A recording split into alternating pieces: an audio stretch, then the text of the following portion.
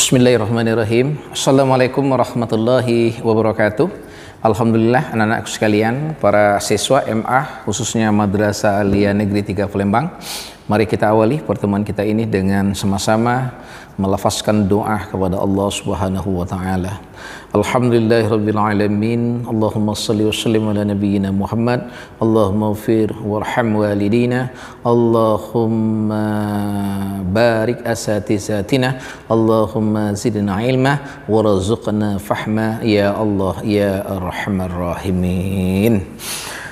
Anak-anakku sekalian, pada video kali ini kita akan lanjutkan pada bab yang kedua, masalah ijazul Quran atau aspek mukjizat dari Al-Quran. Pada pertemuan sebelumnya kita sudah sampaikan bahwa Al-Quran ini merupakan mukjizat terbesar bagi Nabi Muhammad SAW dan termasuk kategori mukjizat maknawi atau mukjizat yang kebenarannya, keunggulannya, kehebatannya itu bisa dijangkau oleh pemikiran atau otak rasional manusia. Al-Quran itu adalah mukjizat terbesar bagi Nabi Muhammad SAW. Dan apanya yang membuat Al-Quran ini bisa dinamakan sebagai mukjizat? Maka para ahli mengatakan itu disebabkan dalam Al-Quran itu minimal ada 4 hal yang membuat dia dinamakan sebagai mukjizat. Pertama, dari segi bahasa yang dimiliki oleh Al-Quran itu tidak bisa ditandingi, sungguh sangat indah, menyejukkan, sesuai dengan semua tingkat nalar manusia.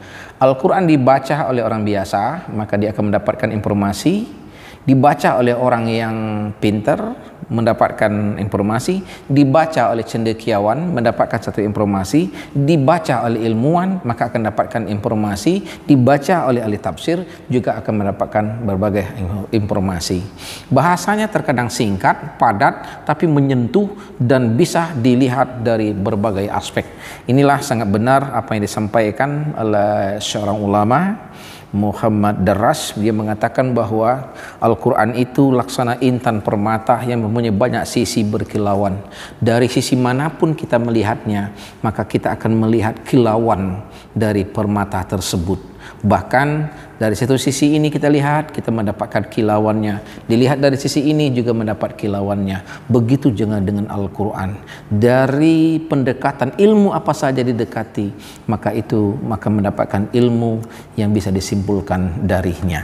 Jadi dari aspek bahasa, Al-Quran sungguh sangat luar biasa indahnya.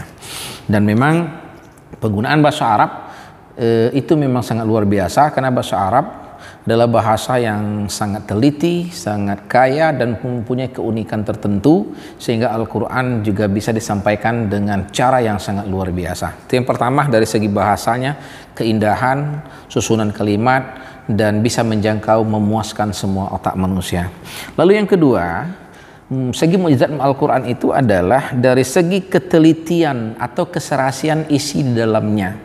Ini sudah ditemukan oleh para ulama hal-hal yang sangat mengagumkan dari segi isinya tersebut. Di antaranya kita bisa lihat, pertama adalah ketelitian dalam penggunaan kata-kata.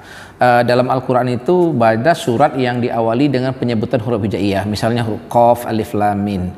Dan rupanya apabila dihitung, itu huruf hijaiyah di satu awal surat itulah huruf yang paling banyak nanti pada ayat atau surat tersebut. Contoh, surah Qaf itu diawali oleh huruf Qaf. Maka setelah diteliti, huruf Qaf adalah huruf yang paling banyak terdapat di dalam surah Qaf tersebut. Begitu juga di dalam surah Al-Baqarah, Alif Lam Mim. Maka huruf Alif, huruf Lam, huruf Mim itu adalah yang paling banyak dalam surah Al-Baqarah tersebut. Ulama sudah menghitung huruf Alif dalam surah Al-Baqarah itu terulang ada 4.592. Huruf Lam ada 3.204, huruf Mim itu ada 2.195. Begitu juga alif lam mim di dalam surah Al-Imran, maka huruf alifnya terulang 2578, huruf lamnya terulang 1885, dan huruf mimnya terulang sebanyak 1251. Demikian juga dengan huruf-huruf yang lainnya. Ini sangat mengagumkan. Lalu kemudian ada keseimbangan kata. Contoh kita bisa melihat kata al-haya artinya hidup, itu lawannya adalah maut, mati, itu sama-sama terulang dalam Al-Quran sebanyak 145 kali.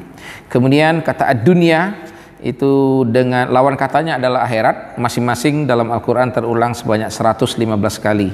Lalu malaikah dengan syaitan 88 kali. An-nasaib itu lawan katanya syukur, itu 75 kali. Kemudian kata zakah dan akibatnya itu barokah, itu sama-sama 32 kali.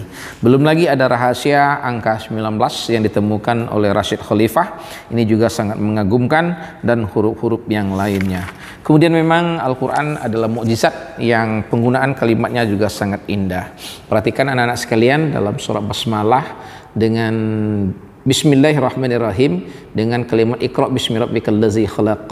Pada kalimat bismillah itu langsung hurufnya ba, sin dengan mim tanpa alif. Tapi ketika dalam Iqra bismi rabbika, itu bismi rabbikanya itu ba, alif, sin, mim. Kenapa ini ada? Ini bukan kebetulan, tapi ada rahasia yang sangat luar biasa yang ada terkandung di dalamnya. Dalam surah Az-Zumar ada dua, di akhirnya menceritakan tentang kelompok yang dimasukkan ke neraka dan di kelompok yang dimasukkan ke surga.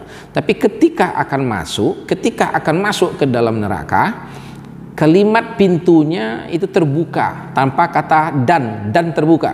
Tapi untuk surga ada kata dannya, wa futihat abwabuha, dan dibukakan pintunya. Kenapa? Rupanya ini adalah informasi bahwa neraka sudah terbuka, siapapun boleh masuk ke dalamnya mulai dari sekarang, tapi surga setelah penghuninya datang barulah dibuka. Ini merupakan Al-Quran yang sangat indah yang terdapat di dalam redaksinya. Kalau ini bukan dari Allah, maka tidak mungkin akan bisa ditemukan ketelitian keindahan yang sangat luar biasa ini. Kemudian Al-Quran juga dianggap sebagai mukjizat, informasi sangat luar biasa. Al-Quran mengatakan bahwa jasad Fir'aun itu akan diselamatkan, dan hasil penelitian menemukan di lembah Wadi raja-raja Ramses atau Fir'aunnya Mesir, dan ketika diteliti ada Ramses II yang itu adalah Fir'aun, ditemukan cara matinya setelah diatopsi itu adalah karena dia kemasukan air, dan ini adalah informasi yang benar. Sebagaimana disampaikan oleh Al-Quran, kami selamatkan jasadmu agar bisa menjadi pelajaran bagi orang setelah kamu. Begitu juga cerita tentang kaum Ad, kaum Ram, itu menurut hasil penelitian yang menggunakan foto dari satelit dari angkasa, itu sudah menemukan bahwa di dalam tumbunan pasir di padang Sahara di daerah Yaman itu ada kerajaan-kerajaan, bangunan-bangunan semacam kerajaan lama. Ini membuktikan bahwa informasi dalam Al-Quran itu sungguh sangat benar. Kemudian informasi yang akan datang juga bisa kita lihat di sana, juga ada informasi tentang kemenangan umat Islam terhadap Romawi dalam surah Rum, dan ini juga sudah terbukti kebenarannya. Ada kebenaran mimpi Nabi Muhammad SAW tentang akan memasuki kota Mekah dengan selamat, terbukti juga kebenarannya, dan juga tentang informasi kemenangan pada perang Badar, terbukti juga kebenarannya. Dari informasi yang gaib yang sangat luar biasa inilah membuat Al-Quran termasuk mukjizat yang luar biasa. Lalu yang keempat, bahwa kesesuaian dengan hasil penelitian ilmiah dan ilmu pengetahuan. Sekarang banyak ilmuwan yang sudah merangkumkan, mengumpulkan informasi bahwa begitu banyak kebenaran Al-Quran itu terbukti hasil penelitian. Satu yang bisa disampaikan, proses terjadinya janin yang melalui pertemuan sperma opum, lalu menjadi segumpal darah, dari segumpal darah daging, kemudian menjadi tulang dikumbungkus oleh daging, baru menjadi penciptaan yang siap untuk dilahirkan sebagai manusia. Rupanya informasi ini sudah disampaikan secara detail oleh Allah dalam Al-Quran, terdapat di dalam surah Al-Mu'minun ayat 12. Ini membuktikan Al-Quran adalah mukjizat yang sangat luar biasa, yang tidak mungkin dibuat oleh Nabi Muhammad, tapi ini adalah dari Allah Subhanahu wa Ta'ala. Anak-anak sekalian, ini aspek kemukjizatan Al-Quran itu bisa dilihat dari 4 hal, atau ya 4 hal. Pertama, dari segi bahasa yang sangat indah. 2, isi kandungannya, redaksinya yang sangat serasi dan teliti. Yang keempat, informasi gaib dan prediksi Al-Quran yang terbukti kebenarannya. Dan yang kelima adalah kesesuaiannya dengan hasil penelitian ilmiah. Mudah-mudahan ini menambah kita cinta kepada Al-Quran dan bermanfaat untuk kita semuanya. Wassalamualaikum warahmatullahi wabarakatuh.